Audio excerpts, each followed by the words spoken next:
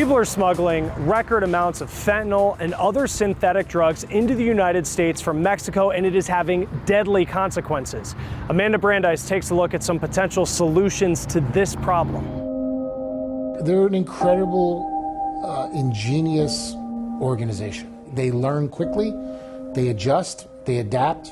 Special Agent John Callery has spent 29 years trying to decode an ever-changing playbook. Changes every 2 or 3 years. The only difference is the drugs on the streets of the United States right now are by far the deadliest they've ever been. The main artery flooding fentanyl into the U.S. is just 20 miles from his office. Oxy and Norco is heroin in a Gucci outfit. The demand made fentanyl the most popular synthetic opioid on America's streets. It doesn't look like heroin, it doesn't taste like heroin, but you're still a heroin addict.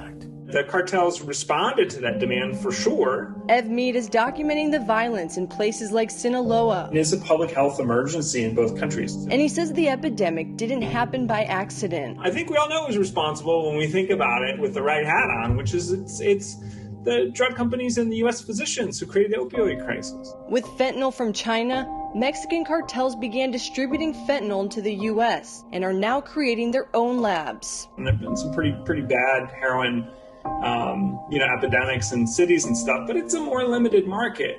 Pills is not. If you dose it right, it's a fantastic heroin high, right?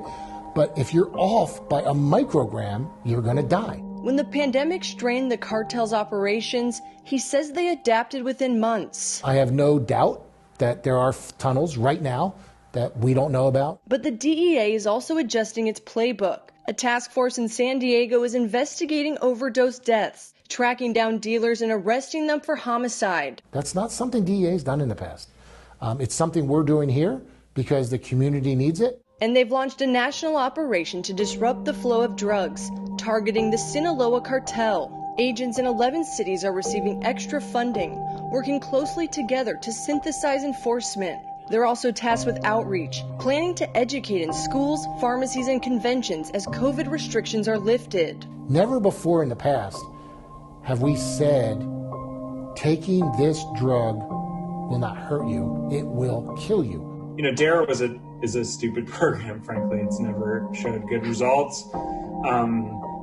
But we need DARE for fentanyl. Mead says America must figure out how to slow down demand. It's really not working unless we're saving human beings. For The Race, I'm Amanda Brandeis reporting. The man pushing for changes to drug crime sentencing guidelines when The Race continues.